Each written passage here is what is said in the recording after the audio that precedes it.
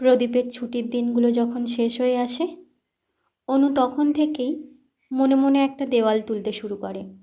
ডায়েরির পাতায় দিন গোনা, ক্যালেন্ডারের পাতায় লাল দাগ দেওয়া, এই সব কিছুর মাঝে একটা চাপা কষ্ট দানা বাঁধতে থাকে।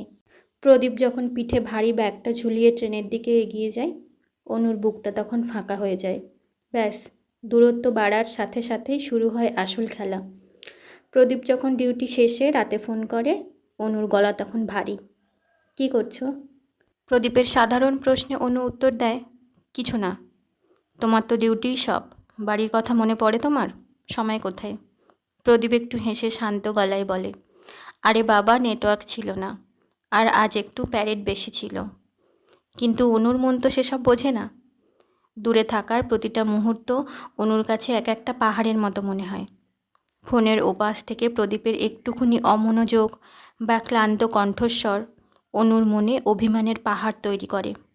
কথায় কথায় তর্ক, তুমি বদলে গেছো, তুমি আগের মতো আমাকে ভালোবাসো না, বলে ফোনটা কেটে দেওয়া। এটাই যেন রোজকার নিয়ম হয়ে দাঁড়ায়। প্রদীপও কখনো কখনো ক্লান্ত হয়ে যায়, রেগে যায়। দুজনের মাঝখানে এই 1000 মাইলের দূরত্বটা তখন শুধুই অভিযোগ আর হালকা ঝগড়ায় ভরে থাকে। কিন্তু এই ঝগড়ার আড়ালে যে কতটা তীব্র মিস করা লুকিয়ে থাকে তা দুজনেই মনে মনে জানে। অবশেষে সেই কাঙ্ক্ষিত দিনটা আসে। প্রদীপ আবার 2 মাসের ছুটিতে বাড়ি ফেরে। স্টেশনে যখন প্রদীপ এসে দাঁড়ায়, ইন্ডিয়ান আর্মির সেই চেনা ইউনিফর্মটা বা চেনা হাসি মুখটা দেখে অনুর সব অভিমান 1 সেকেন্ডে কর্পূরের মতো উড়ে যায়। ফোনে যে মেয়েটা রোজ ঝগড়া করত, সে তখন লজ্জায় আর আনন্দে প্রদীপের বুকের মাঝে মুখ লোকায়।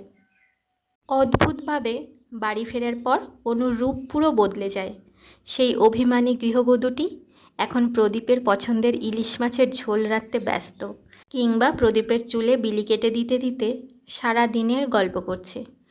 প্রদীপও অনুর এই রূপ দেখে হাসে আর বলে, কি ব্যাপার অনু ম্যাডাম, ফোনে তো রোজ হুঙ্কার ছাড়ো, এখন এত ভালোবাসা কোত্থেকে আসছে?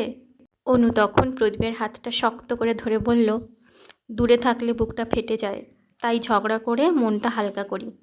আর কাছে থাকলে তো তোমাকে হারানোর ভয় থাকে না, তাই শুধু ভালোবাসতেই ইচ্ছা করে। প্রদীপ শক্ত করে অনুকে জড়িয়ে ধরে বলল, সৈনিকের স্ত্রীদের জীবনটা এমনই হয় অনু। এই যে দূরে থাকলে ঝগড়া হওয়া, এটা কোনো অশান্তি নয়, এটা আসলে তীব্র ভালোবাসার আর এক নাম। যাকে যত বেশি মিস করা যায়, তার ওপর অভিমানটাও তত বেশি হয়। আর কাছে এলে এই অভিমানটাই সুদে আসলে ভালোবাসায় রূপান্তরিত হয়।